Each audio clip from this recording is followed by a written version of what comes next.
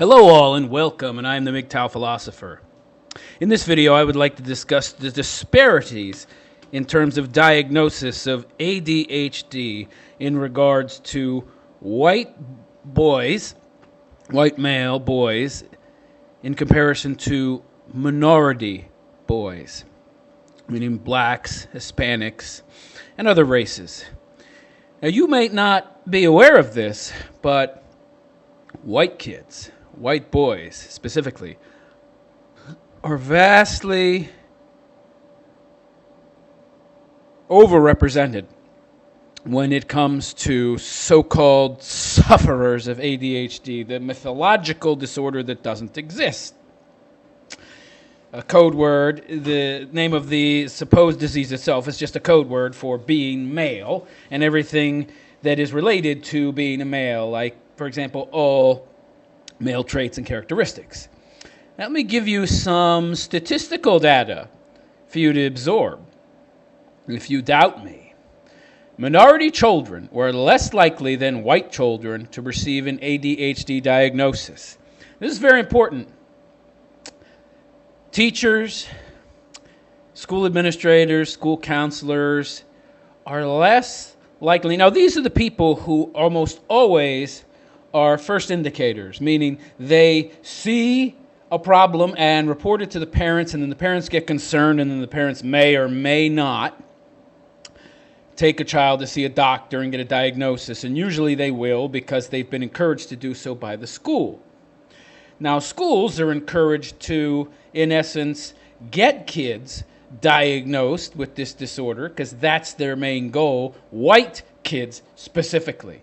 Now, check this out. So, Hispanics, African Americans, and other minorities, ethnicities, in this order, African Americans, Hispanics, and children of other races, African Americans were 69% less likely to be diagnosed than white males. Okay? Hispanics were 50% less likely to be diagnosed than white males. And other races, basically Oriental and whatever, threw them all together, they're very, very small minorities, 46% less likely. Can you believe this? Can you believe this? I've known this for some time. You're always seeing these kids on these, if you look at those commercials they used to have for those ADHD drugs, they're always white boys. This is further proof that the left, that the government are all conspiring together to lobotomize, to destroy the minds of young men, to pathologize being white and male, to pathologize all male traits. You don't need any more proof than this. The statistics, the numbers, they speak for themselves. Now, of course, the scientific community and the people in government and education, they don't know what the problem is. Why? Why are young white kids being diagnosed so much more? We don't know. Yeah, you do know. You're looking around the classroom and you're purposely, confirmation bias, boom, focusing right on the white kids, only on the white kids, because they're in your minds the problem. They are the problem in society. They are the problem. Their toxic masculinity is the problem. You don't focus on the black kids, they're minorities. Oh, minority, no, minority's not the problem. They're not oppressive. White person, white male, oppressive. He's the one we need to stamp out. This is what I've been saying all along for years, that the government, that the political system itself, the education system, the left, the liberals, they want to destroy white males. That's it. They want them gone. They want their influence in society gone.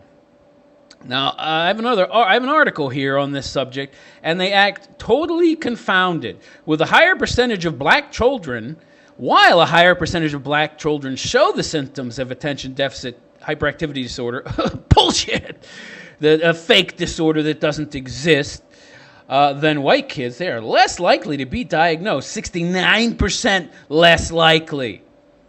More than 2/3 less likely to be diagnosed or treated for the disorder, researchers report. The new study showed a similar trend when it came to Latino children. They were as likely as their white peers to exhibit the signs of ADHD, but less likely to be diagnosed or treated for it. So, excuse me. So this comes from multiple sources. The diagnosis for this disorder is based in nothing more than confirmation bias.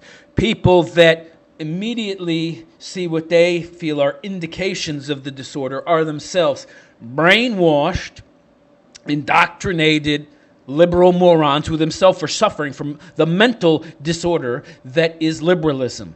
And in this frame of mind, they look around the classroom and they only will see this disorder in white males in an overwhelming number.